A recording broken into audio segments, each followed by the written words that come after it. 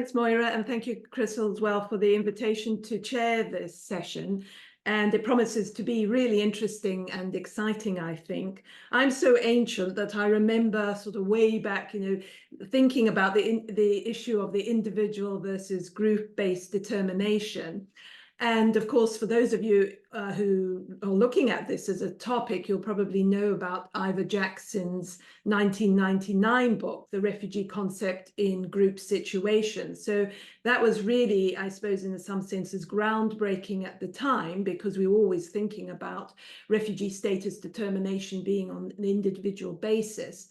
And if you know that book, he explores it. He explores the use of the group-based determination processes, but it was really focused largely on regions, on Africa, and on individual countries.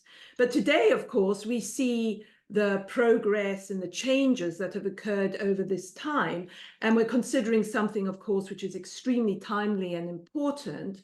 So group-based determination for women at risk. So we've shifted really, I suppose, pre-Second World War from that group-based to what Ivor was discussing to something that, again, is very pertinent today. So I'm delighted to welcome our three speakers, Anna, Crystal, and Veronica. And I'll introduce each as they're about to speak, and they're talking in that order. And they will speak for about 10 to 15 minutes each. And as Moira mentioned, we'll leave some time for questions. You might want to post some questions in the chat or towards the end. So our first speaker is Anna Murphy-Hugenhau, and she's carrying out a postdoc at the Center for AI Ethics, Law and Policy at Aalborg University in Copenhagen. She has recently submitted her PhD, so congratulations, which examines the reasons behind wide disparities in refugee acceptance rates across the Scandinavian asylum systems. And Anna's research interests include international refugee and human rights law, data protection law, and AI. And all our speakers will be using PowerPoint, so I'll hand over to Anna, who will bring up, I think, and share her slides with us. And as I say, she's about 15 minutes. Thank you. Great. Thank you so much for the presentation. I hope that you can see my slides right now. Yeah, great. So I will just start just a second. Yeah, okay, but hi, everybody. My name is Anna, and I'm a postdoc at the Center for AI Ethics, Law and Policy at Aalborg University in Copenhagen. I've been looking so much forward to this event, and I am extremely delighted to be here today. For the next 10 to 15 minutes, I will talk about recent developments regarding gender-based persecution across the Scandinavian countries, focusing specifically on Denmark and Sweden. So firstly, I will provide some historical context, shedding light on the changing trajectories of Danish and Swedish asylum policies. And secondly, I will explore previous Danish and Swedish asylum policies regarding gender-based persecution and highlight a notable decision-making trend.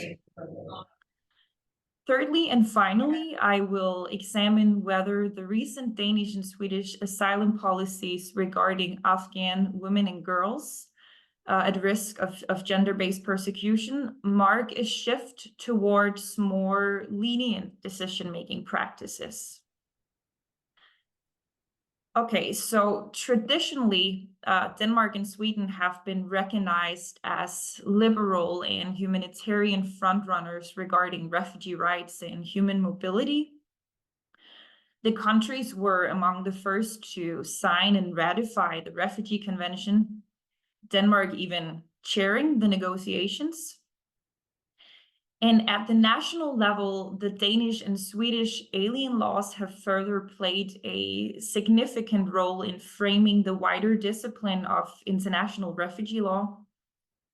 For example, Denmark and Sweden have been progressive by offering forms of complementary and humanitarian protection before these statuses, surfaced on the international stage. Today, however, this picture has substantially changed. Over the past decades, the Scandinavian countries have introduced a range of restrictive amendments to their alien laws, such as temporary protection, as well as revocation and cessation clauses. And the common denominator for these restrictive amendments is that they were made in response to large influxes of asylum seekers. For example, the countries introduced temporary protection in the 90s as a response to the Bosnian War and the stream of Bosnian asylum seekers. In 2015, the countries further reintroduced temporary protection as a response to the refugee crisis, primarily targeting Syrian nationals. Moreover, the countries granted protection to a great number of Somali applicants following the Sufi and Elmi judgment in 2013.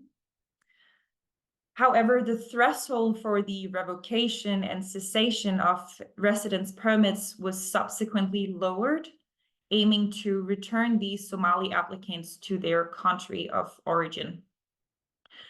Consequently, a pattern emerges where the Scandinavian countries initially grant residence permits to specific nationalities in need of protection, but subsequently introduce restrictive national policies aimed at returning these individuals to their countries of origin.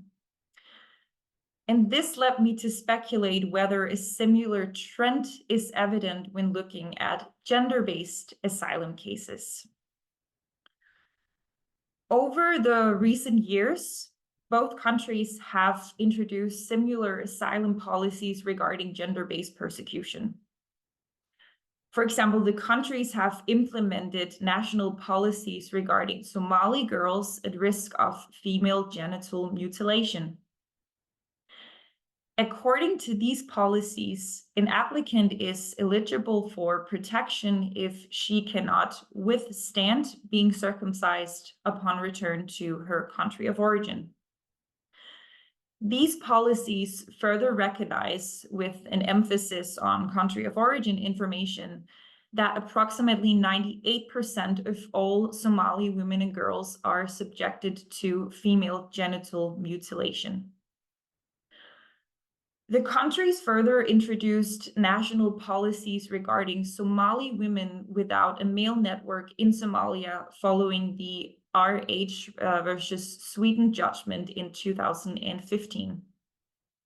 And following the RH judgments, the countries emphasized that Somali women without a male network, as a main rule, are at risk of persecution upon return to their country of origin, and thus eligible for protection.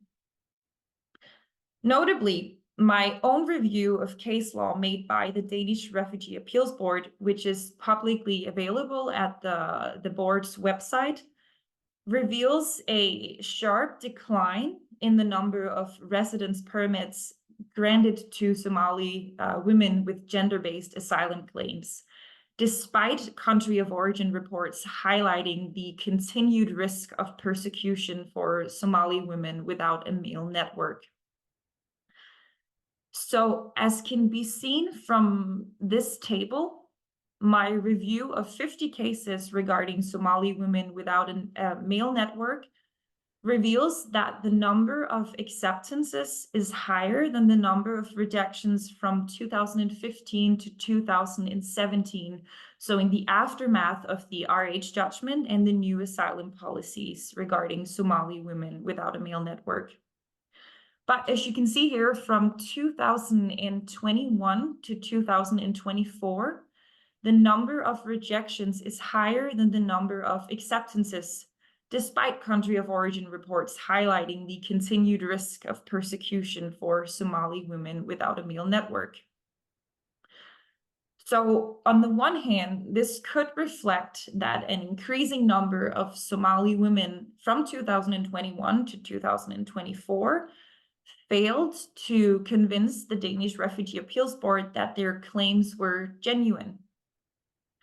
On the other hand, it may also suggest that the Danish Refugee Appeals Board has gradually adopted a more restrictive approach to assessing gender-based asylum claims from Somali women. My own research, my PhD dissertation actually supports this assumption, showing that Danish and Swedish decision makers gradually adopt a more restrictive approach to assessing asylum claims when confronted with a stream of similar asylum cases. However, the newly introduced policies regarding Afghan women and girls at risk of gender-based persecution differ from the previous policies regarding Somali women. Both countries acknowledge that the Taliban's takeover of Afghanistan has deprived Afghan women and girls their fundamental rights, and that these women and girls as a group face gender-based persecution. As a result, Sweden has decided to abolish the requirement for individual assessments in asylum cases involving Afghan women and girls, recognizing that Afghan women and girls are unequivocally in need of protection as a group. Denmark initially decided to lower the standard of proof threshold in asylum cases involving Afghan women and girls, but it later reconsidered its position and decided to abolish the requirement for individual assessments like Sweden. So the abolition of individual assessments stands in contrast to the asylum policies regarding Somali women without a male network, where individual assessments are the main rule. Recent case law from the Danish Refugee Appeals Board and the Swedish Migration Courts further shows another difference, namely that the Danish and Swedish asylum authorities have adopted a simplified approach to assessing claims from Afghan women and girls. With this simplified approach, the asylum claims of Afghan women and girls are processed with the presumption that their claims are well-founded and credible. And as such, Afghan women and girls are not required to explain their asylum motive and prove an individual risk of persecution before the national asylum authorities. Pursuing such an approach may increase the fairness of the asylum procedures by increasing decision-making consistency, in contrast to what we saw with the Somali women without a male network, where the Danish Refugee Appeals Board gradually adopted a more restrictive approach to assessing such claims. Thank you for your attention, and I'm looking forward to the discussion. Thank you very much, Anna. Nice and timely as well. Thank you. That's always great for the chair. So without further ado, I'll move on to our next speaker, who is Crystal. And as Moira mentioned, Crystal is the WiRL co-convener. She's also Walls Court Fellow in Law at the University of West of England at Bristol. And her research explores international refugee law, armed conflicts, and gender. She previously practiced as an asylum, immigration, and human rights barrister and worked with the Women's Project at Asylum Aid as legal policy officer from 2010 to 2012, and then as advisory committee member from 2012 to 2019. So thank you, Crystal. Over to you, and you have a PowerPoint as well. Thank you, Dalal. Thank you for the introduction. I'm hopefully sharing my PowerPoint. Yes, brilliant. Thank you so much. And thank you, Anna, for this very interesting presentation. And I think there's a lot of crossover and thoughts in my presentation that will be relevant to what you said as well. So my plan initially was just to initially talk about recent case law before the Court of Justice of the European Union. But as I started looking at the case law, I thought I can't just start talking about this without going back to the core instruments, of course, which is the Refugee Convention. But before I start, I also want to just suggests that we need to be clear, I think, when we talk about group-based refugee status determination, to make a distinction between the norms and the procedure. So we may think as a normative approach that there is an acceptance that an entire group of individuals who share common characteristics are at risk in their country of origin. But in parallel, and Anna did speak about this, there is also, of course, the procedure, and whether that procedure has individual elements to it or a combination of individual and group-based approaches. But going back to the Refugee Convention, of course, the convention is silent on the procedure to be followed. But Burson has claimed that the adoption of the Refugee Convention did not mark a shift necessarily towards individual determination from previous group-based approaches. And I think that Dalal, you did mention this as well. Of course, pre-Refugee Convention approaches historically were to undertake refugee protection on a group basis. So that was on the basis of nationality and a lack of state protection. Even after the adoption of the Refugee Convention, many countries did apply the Refugee Convention in a prima facie manner to categories of people, merely on the basis of objective circumstances in the country of origin. But as Chimney has argued very convincingly, in the 60s and 70s, European states started developing a myth that the Refugee Convention was a product of the Cold War, only designed to protect individual, politically active people who had been profiled and were fleeing state persecution. And of course, he argued that that was just a myth developed to justify more restrictive interpretations of the Refugee Convention definition in order to reject claims from the Global South.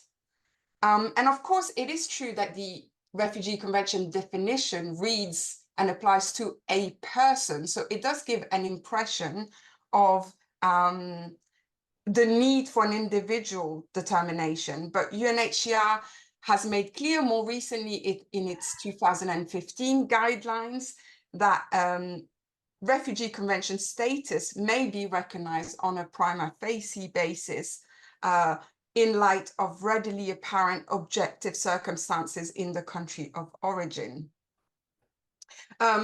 So, of course, it is the case that groups can be recognized as refugees under the Refugee Convention. There's no inherent legal limitations to the convention being applied to group situations.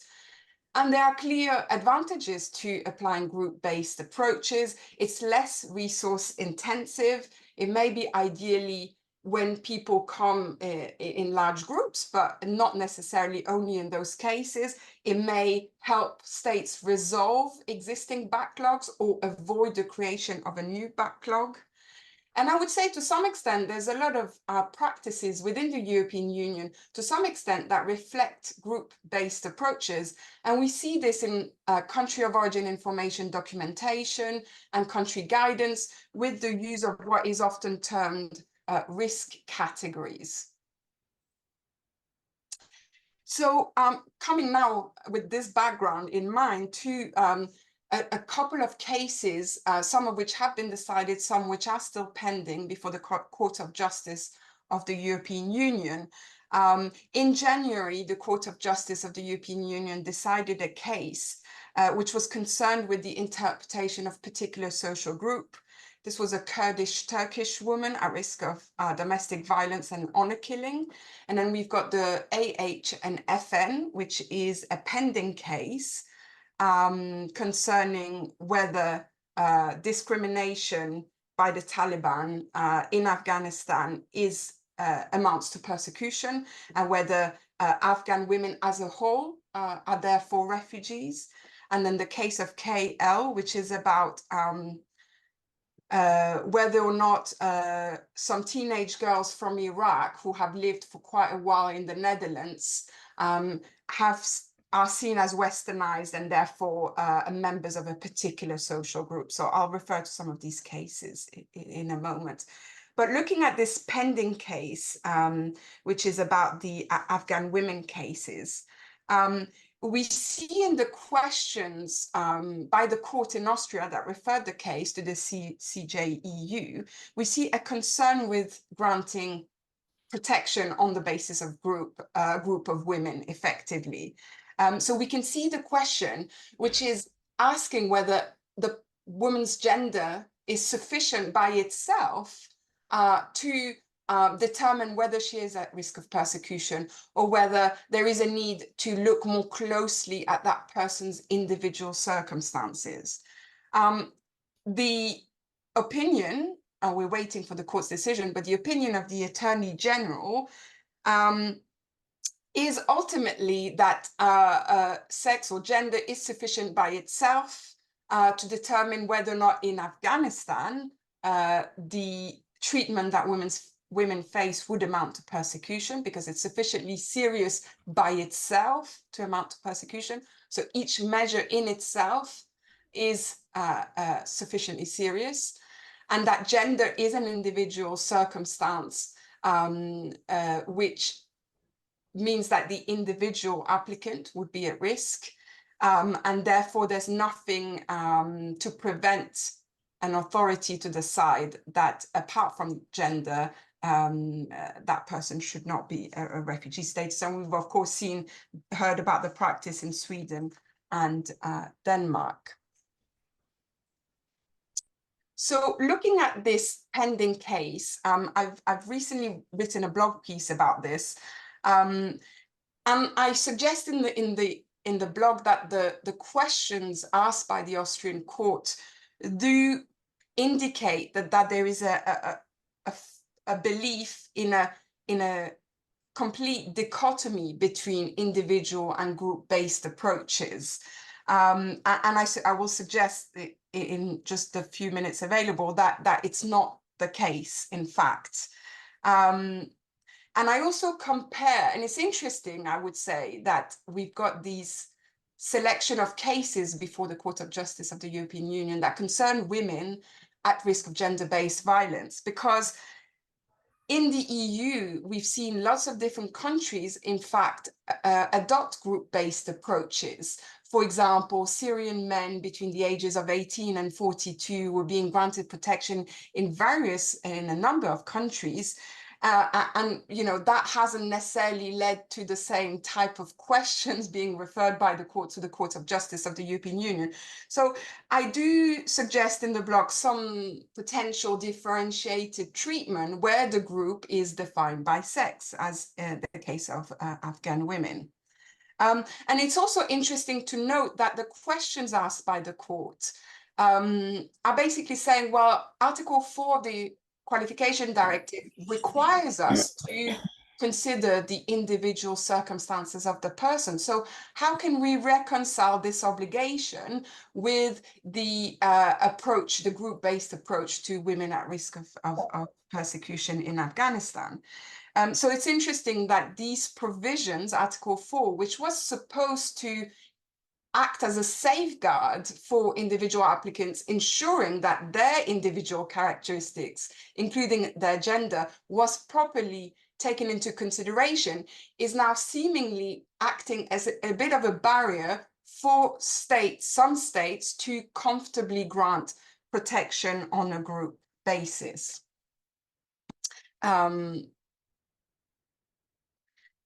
So this slide reflects the Attorney General's opinion in that case of AH and FN. And he very enlighteningly suggests that adopting a group-based approach is not a departure from what the Court of Justice has done in the past. And the Attorney General points to the case of El-Ghafaji, which was not about refugee protection. It was about Article 15C protection, which is subsidiary protection where people flee indiscriminate violence in situations of conflict. But of course, again, this idea of people coming in large groups, fleeing the general conditions in their country of origin, basically saying that in certain circumstances, everyone is at risk just because of their presence in the territory and not because of any individual circumstances. He also points to Article 3 of the Qualification Directive, which grants member states the right to adopt more favorable standards, which the Court of Justice has previously commented on to say that depending on the cases, adopting more favorable standards allow member states to relax the conditions under which status is granted.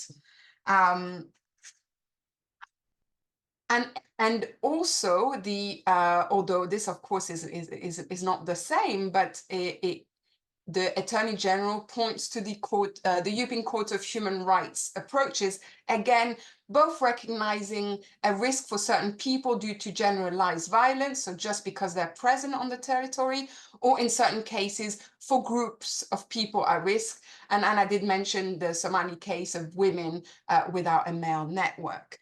So I suggest that this case of sorry, I always forget the name, AH and FN, so the Afghan women cases, is a really important opportunity for the Court of Justice to consolidate these principles, which most commentators and academics would agree on, but we can see from the questions asked by various judiciaries in various EU member states that there is still a lot of apprehension to adopt group-based approaches.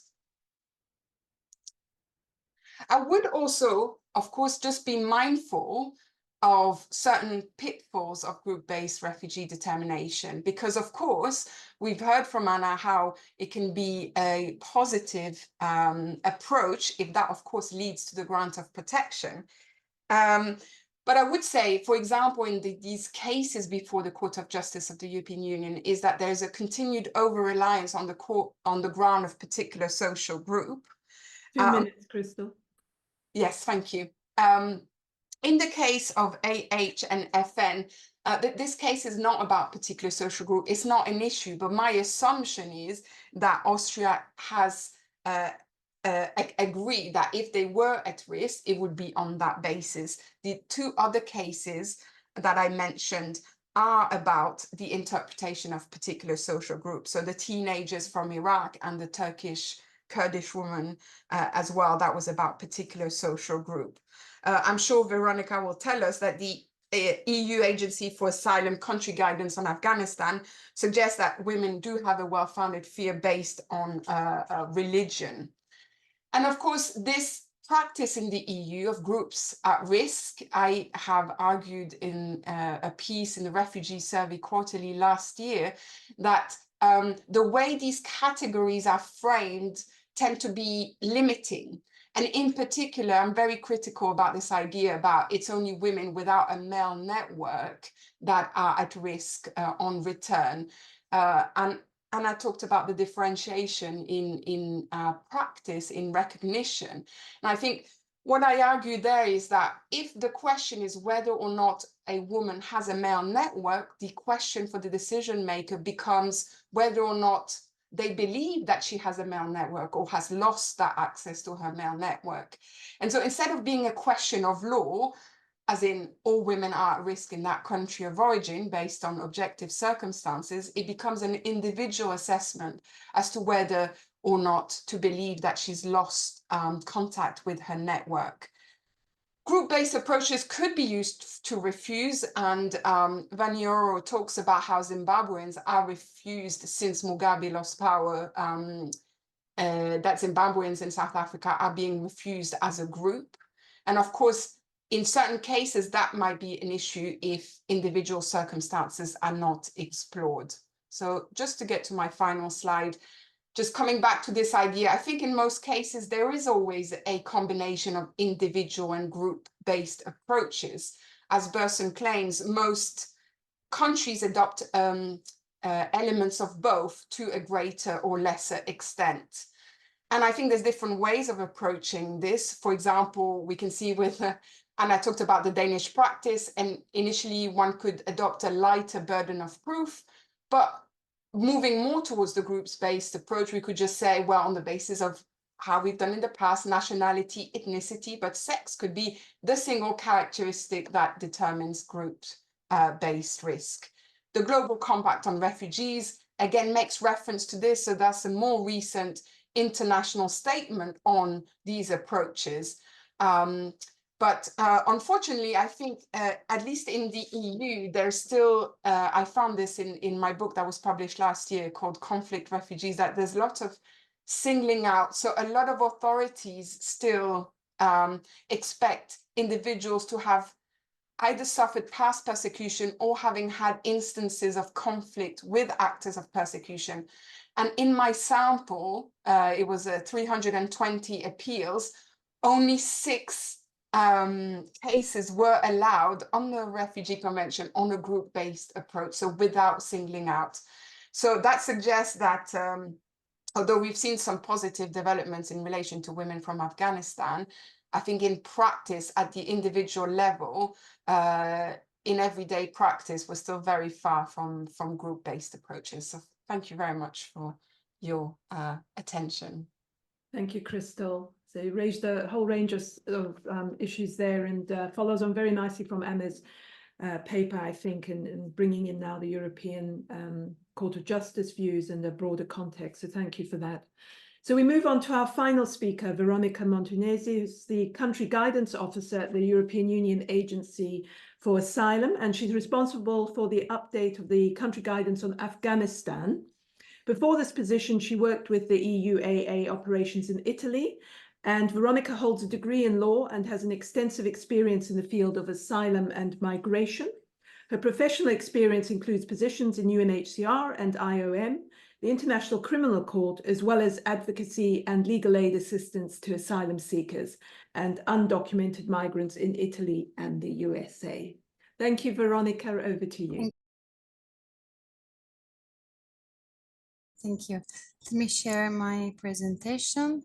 See if I can make it work. Okay. Okay. You should now be able to see my PowerPoint. Yes. Okay, nice. So good afternoon also from my side before we start, and thank you for inviting me to this very interesting seminar on refugee status determination on women at risk of gender-based violence. I am very happy to be here today on behalf of the UAA and to talk about country guidance, especially in relation to Afghan women and girls and its impact across the EU. But before we get into the details of country guidance Afghanistan, let me just briefly give you a glance of what country guidance actually is. So as stated before, in the Article 11, paragraph 1 of the EUAA regulation, country guidance are documents providing country-specific common analysis and guidance in relation to the assessment criteria for qualification for international protection established in the recast qualification directive. The documents are developed by the EUAA together with a network of senior level policy officials from EU plus countries and represent a joint assessment of the situation in main countries of origin.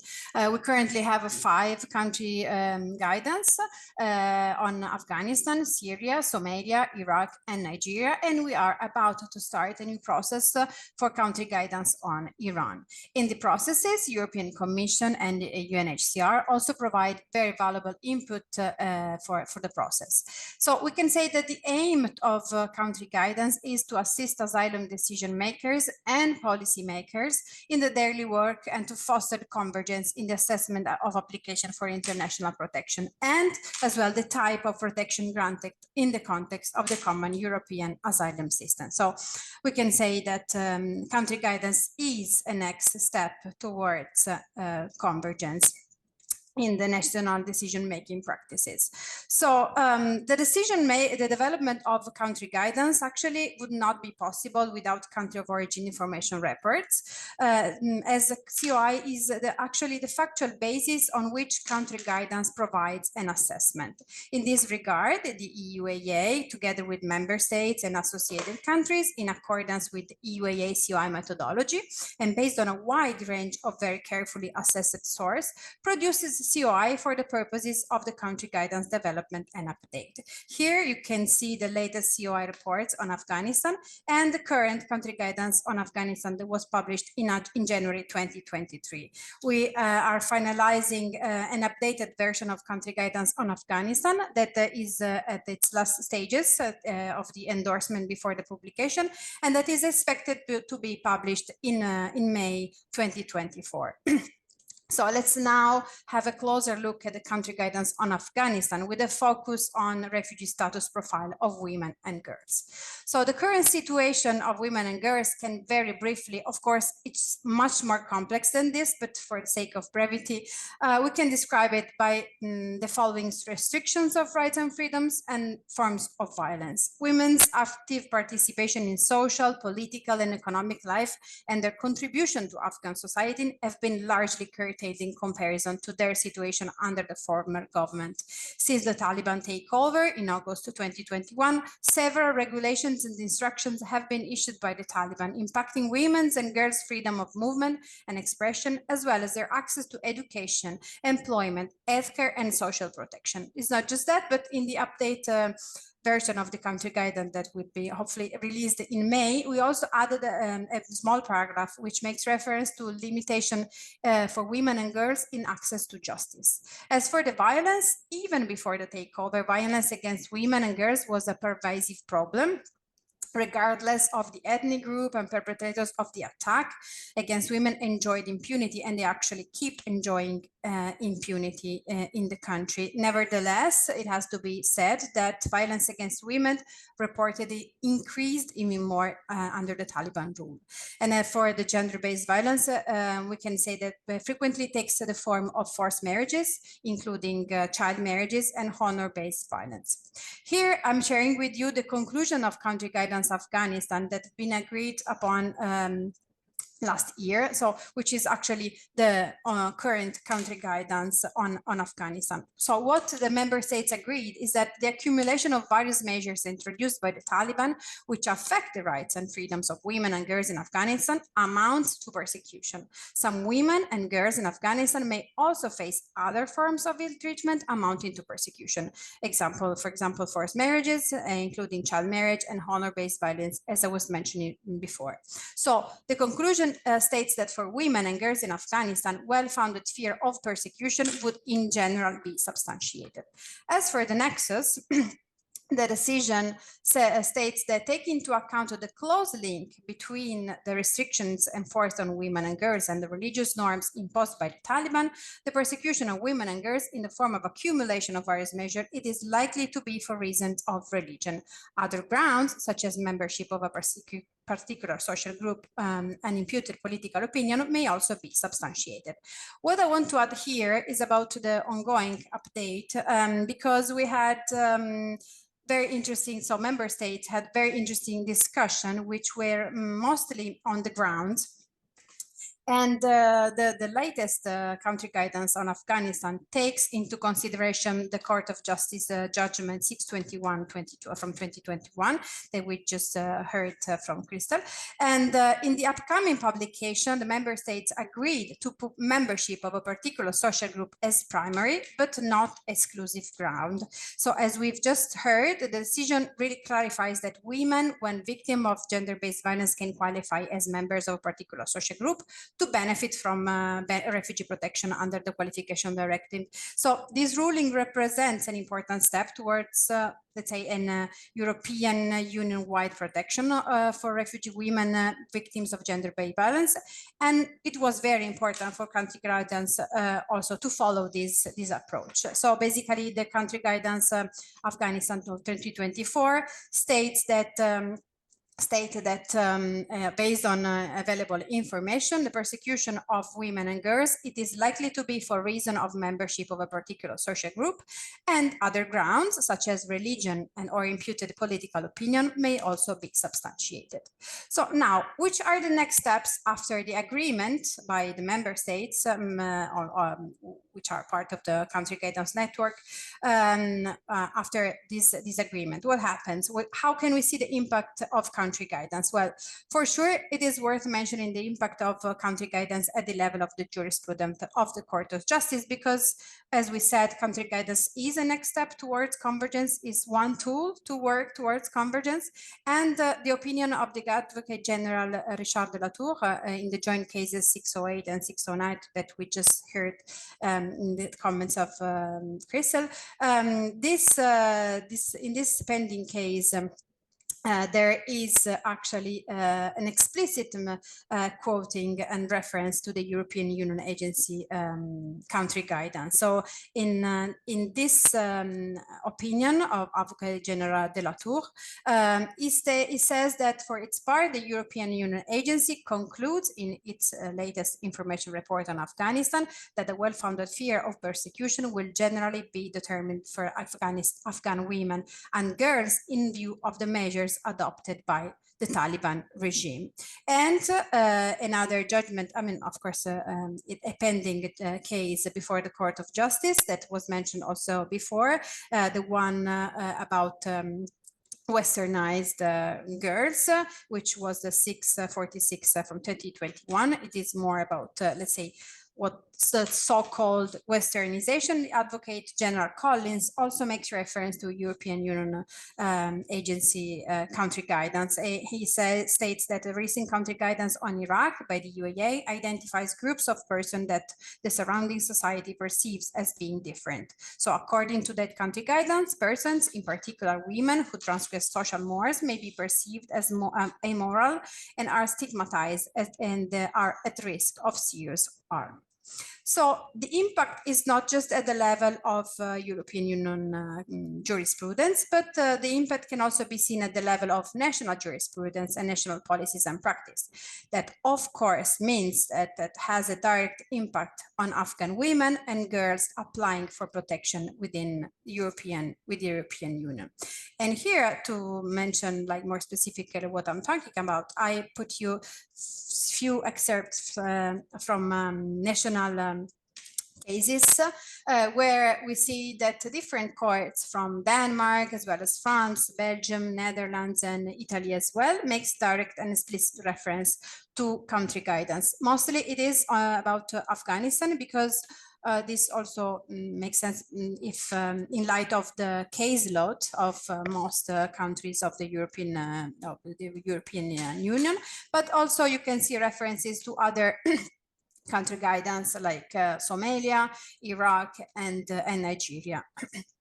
Another interesting, let's say, outcome, I mean, of the impact of country guidance that it's having, it is on national policies and practices. And then I gave you just here just few examples as reported in the press. So we have articles speaking about the change of policies in Denmark, as well as in Finland, and then in Switzerland as well, and then ongoing discussions, for example, also in Germany, where they say the German authorities are discussing about, for example, the previous practice when receiving application from Afghan women and girls arriving in the European Union. So to go towards the end, to conclude and sum up, I would say that country guidance, of course, with a specific focus on Afghanistan, as this is my expertise, it is an important tool to reach convergence on high protection standards, in this case for Afghan women and girls. It is also relevant, I would say, to mention that the Article 11, Paragraph 3 of the UAE regulation states that member states shall take into account the common analysis and guidance notes when examining application for an international protection. But we cannot really say that the conclusions of country guidance is for group-based refugee protection. Also taking into consideration the second part of the Article 11 that states that member states shall take into account country guidance, yes, but without prejudice to their competence to decide on individual application for an international protection. Nevertheless, I really want to highlight this. The assessment, it is very clear and broadly inclusive in light of the situation of Afghan women and girls, when it says that for women and girls in Afghanistan, well-founded fear of persecution would in general be substantiated. So, more in general, we can definitely say that things have been advancing towards high protection standards, and when referring to gender and gender-based violence, conclusions on women and girls in the Afghanistan country guidance do represent a big step in the joint assessment of application of international protection request. Thank you very much for your time. I just think it leaves it for me to thank our speakers very much for some very rich presentations and really highlighting some key issues and areas for research, I think, because for me, coming from the United Kingdom, which was probably started with country guidance and country cases so many years ago, and seeing some of the issues that raised, and it does appear that some of those issues still remain today. So I think what we saw from the presentations was, well, there was questions certainly about it, or, you know, really thinking about, we could see the advantages of some of the country guidance reports, but also thinking about whether there are disadvantages of country guidance. And I think that's always something to actually reflect on. So if it's not there, if you like, in the country guidance, does that mean that we get a greater rejection? So that would be one aspect. Also, something that I think came to mind for me was maybe following Anna's presentation was questions about, are we differentiating forms or types of violence, perhaps? So we saw very clearly from Veronica's presentation what was considered to be persecution and harm in the case of Afghanistan, but then we seem to have in Anna's presentation some sort of exclusion of FGM. So I thought that was quite interesting and maybe something that we can reflect on. You know, are we seeing a differentiation for types of violence, types of harm, or not? And I think all of the discussion has also highlighted that the need to consider the wider political context. So Dilla raised that in relation to Greece, but we're seeing it elsewhere as well. So obviously, as lawyers, we tend to turn to reports or to case law, but I think much of what's being discussed is pointing us towards not excluding these wider considerations as well as to, you know, what is really going on. And that may call for greater empirical work and interviewing of officials, whether they will open up as to really what's going on behind the scenes and in terms of decision making. So thank you so much. I think you've raised lots of interesting questions as well as providing very interesting information for us. So thank you, and thank you for everyone who attended.